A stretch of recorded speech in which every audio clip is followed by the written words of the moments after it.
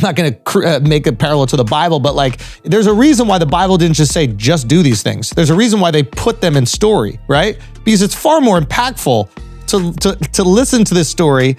And I wonder if like through osmosis, the behavior in the stories kind of get locked into our long-term memory, where if you just tell someone a rule, it's short-term and then might be fleeting.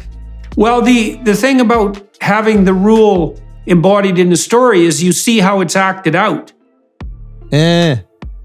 So, and then that's much more convincing to watch how something's acted out, partly because then you also know how to act it out, right? If it's just a rule, you have to translate the rule into action.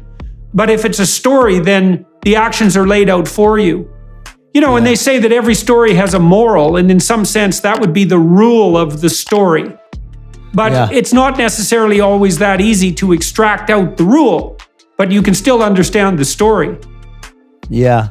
I want to do a deep dive. And like, I think one of the issues with Hollywood right now, to be honest, and like why some of these films just don't make sense, or so many of them don't, is because the creator of the idea is so far removed from the executor of the project. Yeah.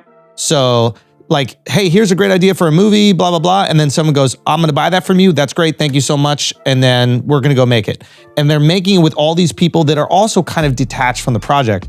If you look at the writer-directors, their movies hit at a much higher rate. Yeah. And it's not only because maybe they're more talented, but it's because they're invested in the project all the way through. It means something if that project fails because their identity is wrapped into it.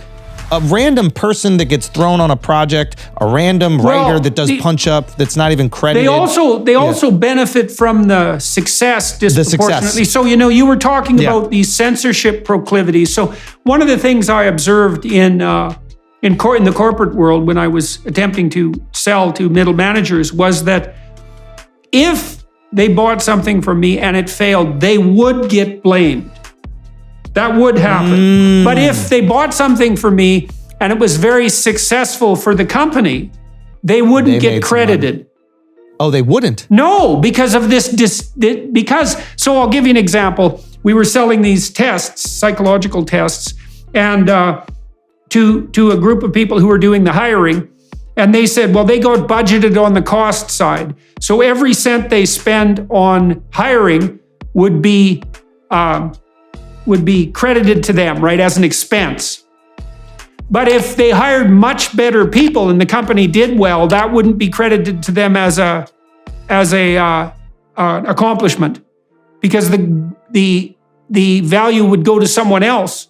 It wouldn't be directly attributed to them. And so what happened to them was that there was an outside risk to each of them for acting in an entrepreneurial manner, and very little upside if it was successful. And you can imagine in a Hollywood production, for example, that isn't spearheaded by a writer-director, if it's successful, he's going to be wildly successful. Now, he has to shoulder the blame too. But if it's distributed among a bunch of people, then they're going to get blamed if something goes wrong. But if it goes real well, they're not going to get credited. Exactly. Yeah. So, and that's how you have a shitty project. Maybe you get lucky and it ends up working out. But yeah, I think that I like shouldering that blame. I'll take the risk on myself with these projects like that I want to do. Like, I don't mind that. If it fails, it's on me. I can take that. That's motivating. That's exciting. You know, and I also believe in myself and the people that I work with that we can execute these things.